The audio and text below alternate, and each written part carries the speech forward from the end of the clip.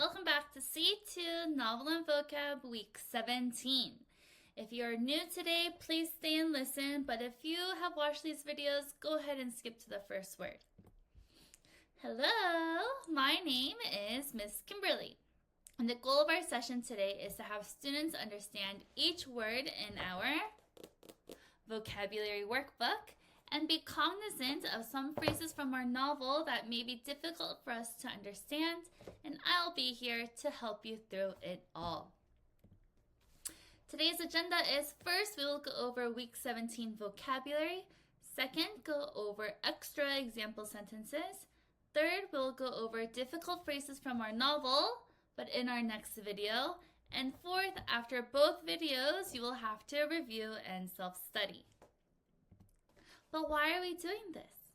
We're going over Week 17 vocabulary for vocabulary acquisition. What does that mean? It just means we're putting more vocabulary words into our brain.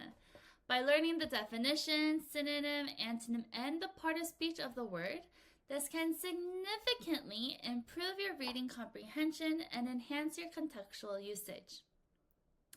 Next, we'll be going over extra example sentences, and this is to help with your writing variation. By looking at a variety of different example sentences with one specific vocabulary word, students can learn how to use the word in different sentence structures and ultimately make your writing a lot more interesting. So if you don't already, please go ahead and get your vocabulary workbook and turn to Week 17 so we can get started. Number 1. Everyone say impact. Impact. The synonym is affect, and the part of speech is a verb. It means to have an influence on something. Meaning, if you have an influence on something, you can either change it to be good or bad. The example sentence here is from our TED Talks, so let's see what it says. It says, social media can impact the success of a business. Meaning social media can either make the business rise and get better, or it could have the opposite effect and make it plummet. Let's read the example sentence together now because I don't want you to just watch. You also need to do some speaking, so get your voices ready. Ready? You have to read the example sentence. 1, 2, 3. Climate change impacts ecosystems around the world. Yes, so climate change here can make ecosystems hotter, colder, who knows? Over here, it says pollution can impact the quality of the air we breathe, making it less safe. So yes, pollution, we have lots of air pollution around, maybe from factories or different types of transportation, or even just little things of dust in the air that affect the air and pollute it to make it bad for us to breathe. Next one, it says, eating nutritious food impacts our health in a positive way. So if I'm eating my vegetables like my carrots and celery and broccoli, it'll make my health better. It has a positive impact on it. However, if I eat a lot of junk food like fast food and, lots of desserts and sugar, it will impact my health to be a bit negative and not have such good results. So everyone say impact. Number 2, everyone say aware. Aware. The synonym is conscious and the antonym is unaware. It's an adjective and it means knowing or realizing something. In our TED Talks it says, if you are aware of your behavior, you may be able to change it.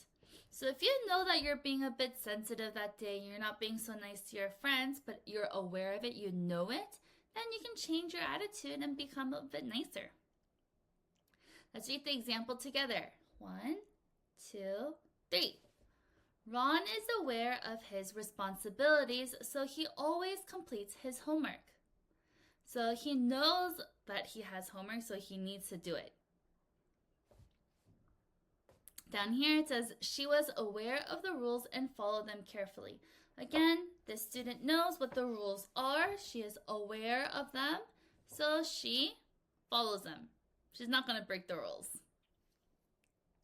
Next one, it says the students were aware of the upcoming test and studied hard for it. So they're like, uh-oh, vocabulary test is on Friday. I gotta study. They're aware. They know that it's going to happen.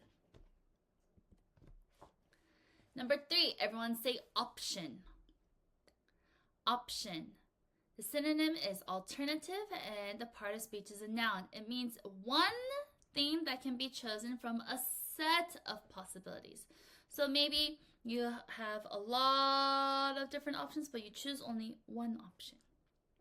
In our TED Talks, it says there are just 3 options at this restaurant: fried chicken, grilled fish, or a veggie burger. So you have 3 things that you can choose from, and you gotta choose one. Example, let's read together. 1, 2, 3. There are so many options to choose from when I go to a buffet. Yes, I love buffets. You can get the burgers there, you can get the pasta there, you can get the steak there, you can get lobster. There's so many different types of options. Over here it says she thought about her options before deciding which book to read. So maybe she has The Lemonade War, and maybe she has, I don't know, a different book, Charlotte's Web, and then she had to choose one option. Next one, it says there's an option to take either the train or the bus downtown. So also from my home, in order to get to, I don't know, let's say Centum, the Shinsegae department store, I have 3 options actually. I can take the bus, the subway, or taxi, or walk.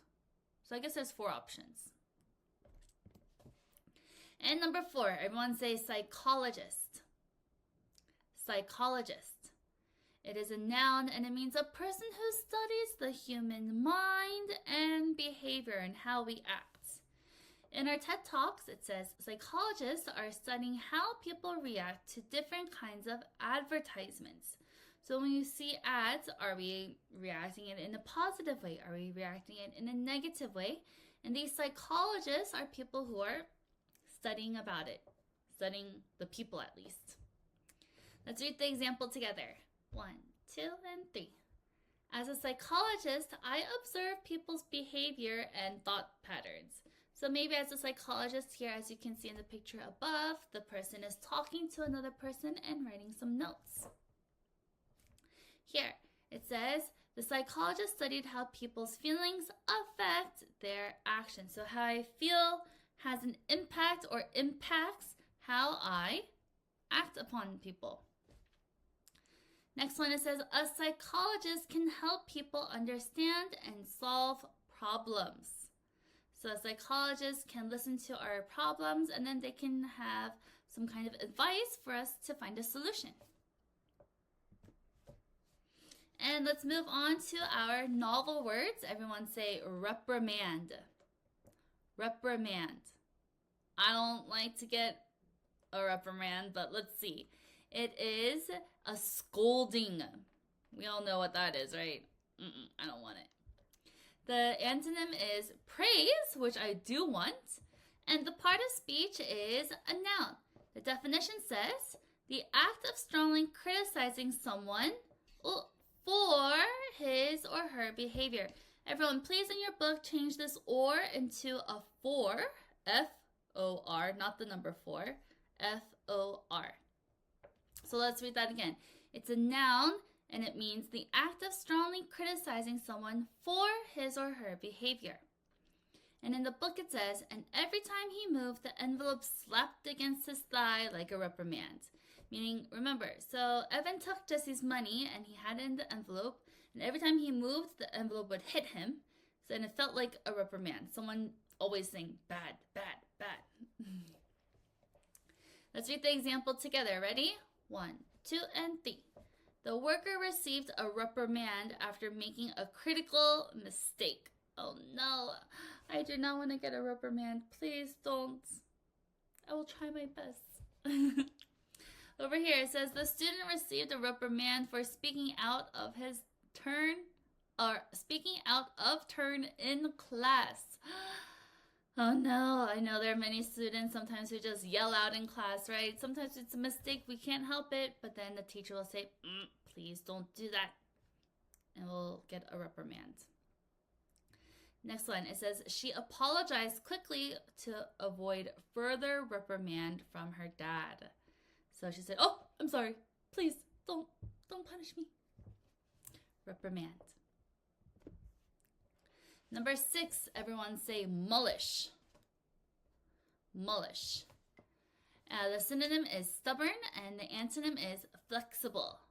And it is an adjective and it means unwilling to change one's mind or attitude. So you're kind of stubborn, like what our synonym says. In the book it says, she had her lockbox on her lap and a mullish look on her face, meaning she wasn't changing anything and she was just like that. Not so very happy. Example, 1, 2, 3. Even with persuasion, the mullish boy refused to try new foods. He's like, "Nope, I don't want to eat broccoli. Nope, I don't want to eat carrot. Nope."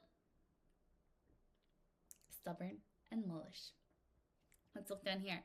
It says the student's mullish behavior led to an argument with his friends. Oh no, we don't want to be mullish to the point where we have to fight with our friends, right? We want to be nice, listen to their opinions also. Next one, it says his mullish refusal to wear a jacket made him feel truly. So I know some of you also, because you've told me, or mom or dad will say, "Hey, Kimberly, don't forget to wear a jacket." And you're like, "I'm not cold. I'm not going to wear it." And then later on, you're like, I should have worn my jacket.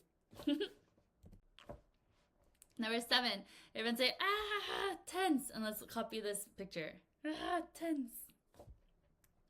The synonym is tighten, and the antonym is relax. It's a verb and it means to make one's muscles hard and tight, often from feeling nervous or uneasy. So usually when someone's shoulders go up like this, you can tell that they're tense because they're like all their muscles are tight. But when we're relaxed, our shoulders go back down and we don't look so tired.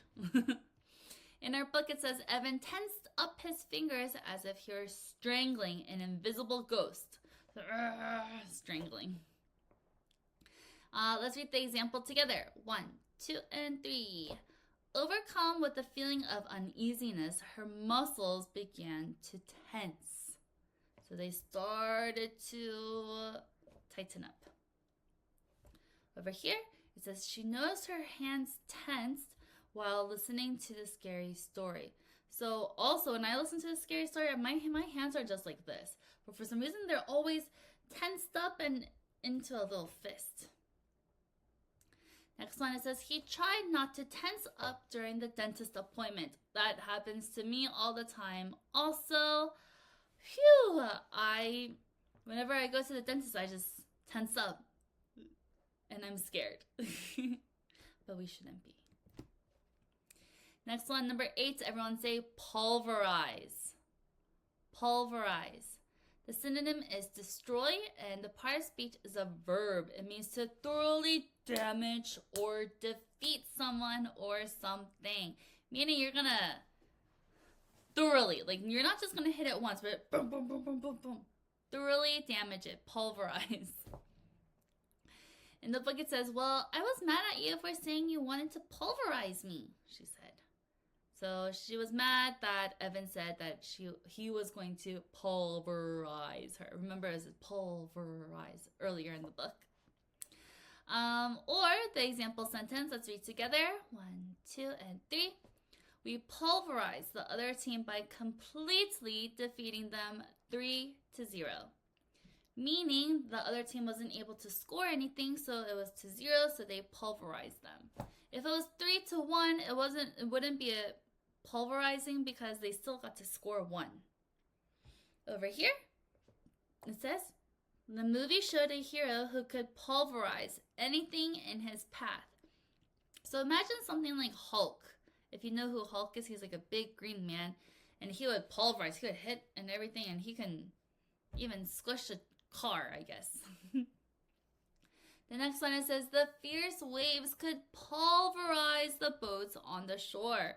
So say that there is a big typhoon, and the waves were super big, and it could pulverize, it could beat up the boat and do a lot of damage.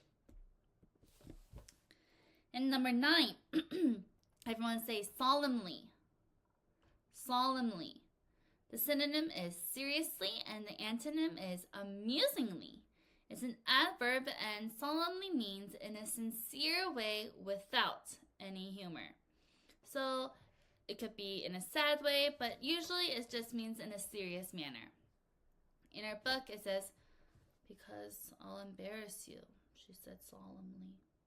So here when we have the adverb in our quotes, we can see how the character is speaking, right? If it says that because I'll embarrass you, she said laughingly, then it'll be very funny, right? But here solemnly means that she is being very serious. Example, let's read together. 1, 2, 3. The couple solemnly exchanged vows during their wedding ceremony. Aww. So here they're not just laughing or anything. They're just, yes, I will marry you. Over here. It says she promised solemnly to keep her friend's secret safe. So she was like, I promise you it'll be safe with me. And she was being very serious. Next, it says he listened solemnly as his grandma told old stories. So he wasn't poking fun, he wasn't trying to make a joke out of it, but he was listening very seriously and in a sincere way. Number 10, let's go to practically. Everyone say practically.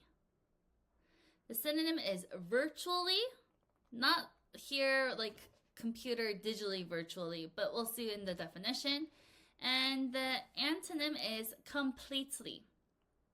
The part of speech is an adverb and it means almost or very nearly. So in our book it says, after all that, it was practically a tie. No, said Jessie. It was close, but I really won.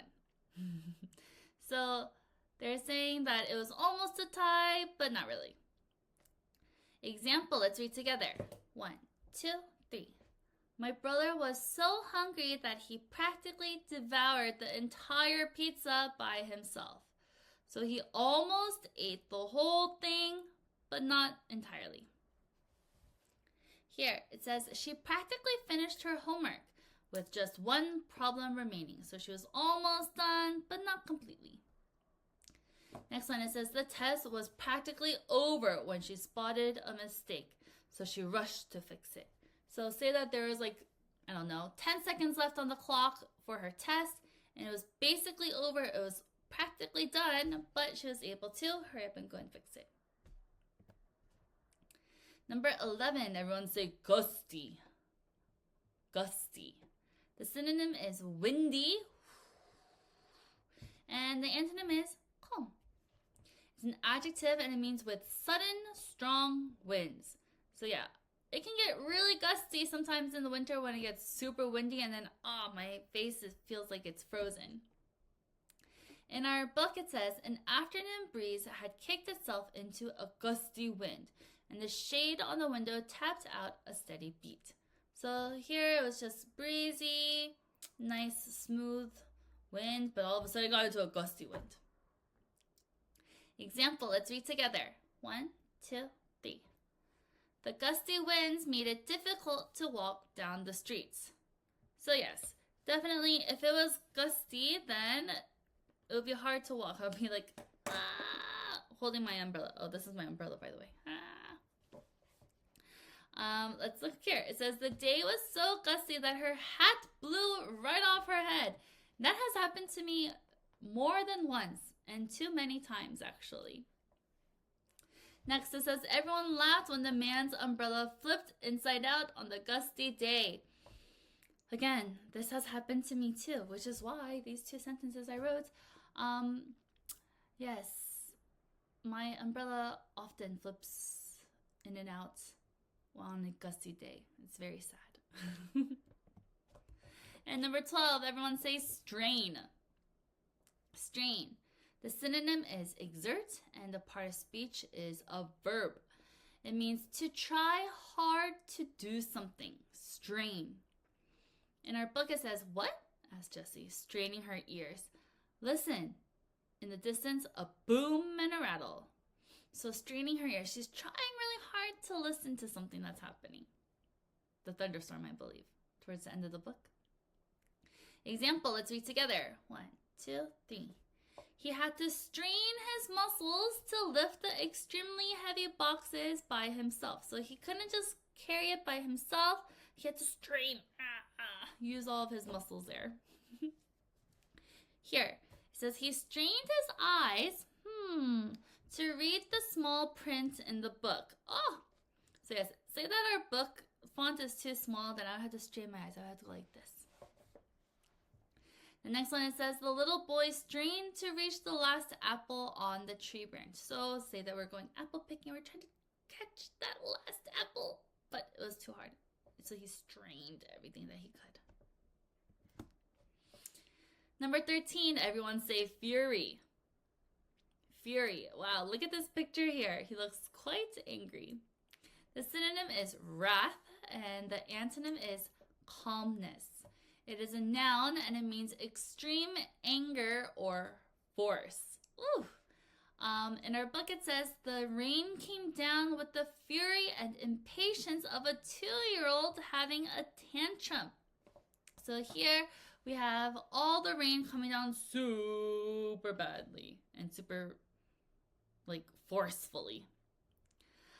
Example, let's read together. 1, 2, 3. Ken began to scream with fury when I cut in front of him in the line. Yikes. We don't want to cut in line. Don't cut in line. Here, it says the lion roared in fury, warning anyone nearby to stay away. So the lion went roar in extreme anger and force. So all the animals were like, no, I will not come. Next one, it says she clenched her fists in fury as she stood against the bully. So she's like, 14, everyone say philosopher. Philosopher. The synonym is a scholar, and it is a noun. It means someone who studies or writes about the meaning of life. So there are many different philosophers out there. In our book, it says, she raised her index finger like a wise philosopher. Because when wise philosophers used to speak, they'll be like, boop, boop, boop, boop, boop, boop. Example, let's read together. 1, 2, 3. The philosophers pondered the meaning of life late into the night. So they're just thinking, why do we live? What is the point? What is this meaning of life? Here it says, she read about a philosopher who studied the meaning of happiness. So this philosopher was like, what is happiness? What makes us happy? How do we feel when we're happy? And the next one, it says, the philosopher believed that kindness was the key to a good life. So meaning being kind to everybody will make your life meaningful and good. Now, let's move on to our textbook words. Number 15, everyone say practical. Practical. The synonym is pragmatic, and the antonym is impractical. It's an adjective, and it means able to provide effective solutions to problems. So we're not thinking of crazy solutions, but they're very realistic and practical here. Practical. In our book, it says, this spectacular display of airtime by these dusky dolphins actually was a practical purpose. So having the dolphins do all this had a purpose that was very practical. Our example, let's read together. Ready? 1, 2, 3. My counselor offers practical solutions to my problems that actually work. So the counselor wasn't telling her solutions that she wouldn't be able to do, but practical ones that she actually can finish through. Over here it says, he had a practical idea to help save water at home. So instead of thinking some crazy idea, instead he just, I'll turn off the water when I brush my teeth. That's saving water. It's to provide an effective solution for a problem. Next one, it says the teacher gave practical tips for studying better. So instead of saying, just read the book like 1,000 times and you'll get it. That's not practical and that's not good advice.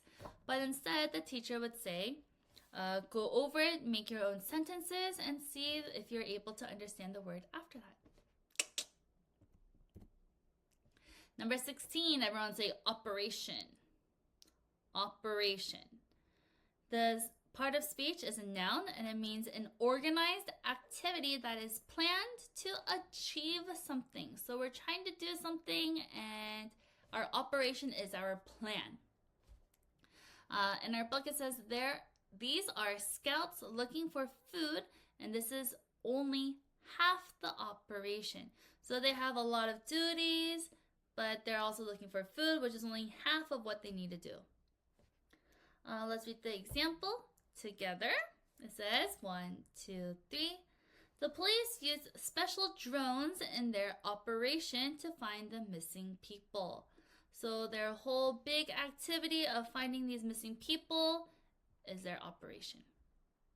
Over here, it says the construction operation involved building a new playground. Oh, that'd be so much fun.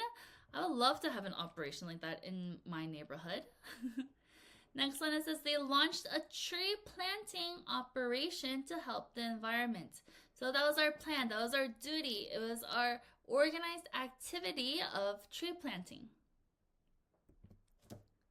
And number 17, everyone say banquet. Banquet. The synonym is feast, and the part of speech is a noun. It means an elaborate and often ceremonious meal for numerous people, often in honor of a person.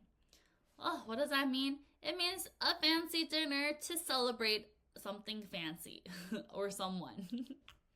So usually when you go to a wedding, there's also, we call it a wedding banquet, or when someone graduates, we have a banquet after that as well.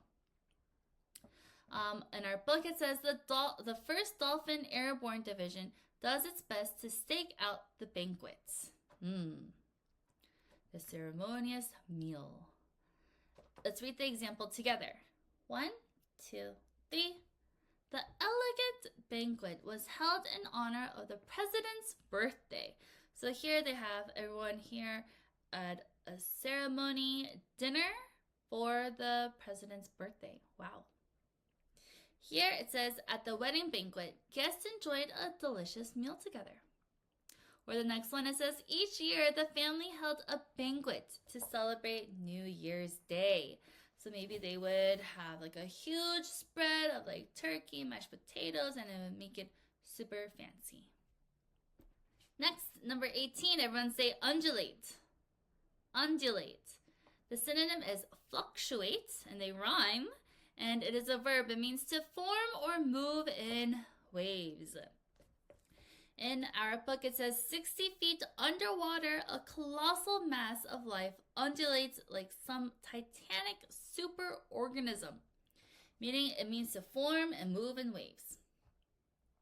Example, let's read together. 1, 2, 3. I feel a lot calmer when I watch the waves undulate. So when I watch the waves, whoosh, whoosh. Here, it says her long dress undulated gracefully as she danced. So then maybe the flow of the dress would be in waves as well. Next one, it says the flag undulated in the wind, rippling back and forth. So say that it was a gusty day, and the flag would be undulating like this. Number 19, everyone say finally. Finally. The synonym is eventually, and the antonym is initially. It is an adverb, and it means after a prolonged time. So finally, we're almost done. Let's read the example together. 1, 2, 3. I was finally able to receive an award after years of practice and efforts. Meaning this person kept trying to get this award, and they're finally able to eventually, after a long period of time. Here, it says, after hours of studying, she finally finished her homework. So after this long time of doing homework, she finally finished at last. And the next one, it says, the crowd cheered when the concert finally began. They're like, whoa! The concert finally happened. And number 20, our last word, everyone say purchase. Purchase. The synonym is acquire, and the antonym is sell. The part of speech is a verb and it means to obtain by paying money or its equivalent. We are buying something. We're acquiring it after paying money. The example, let's read together. 1, 2, 3. Using my allowance, I purchased my own books. That's very good. You should also. That'd be very nice. I love buying books. Or sorry, let me use a higher vocabulary. Instead of saying buy, I should say I love purchasing my own books. Here it says, she decided to purchase a gift for her friend's birthday. Maybe flowers or a shirt or, I don't know, a book. And our last sentence, it says, he saved his allowance to purchase a new video game. Yes, and all the other people, boys or girls, you can all save up your money to purchase a video game. That'd be also good. We're done. Mission. One of our words was tense. So tell me about a time or something that you get tense about. How do you relieve your tense feelings? Why do you tense up? Remember to write your name, class, and week. And this should not just be test. Okay, I want you to tell me about it in complete sentences, a little bit of a story. Now it is time for contextual mastery. Review the words again, read it out loud, and complete your vocabulary homework pages. So, thank you for joining me today. Please make sure that you do the mission and put it into the mission box at the front desk, and so that I can give you some M.I dollars. So, again, thank you for joining me. And I will see you guys in our next video for the last part of the Lemonade War. Thank you, and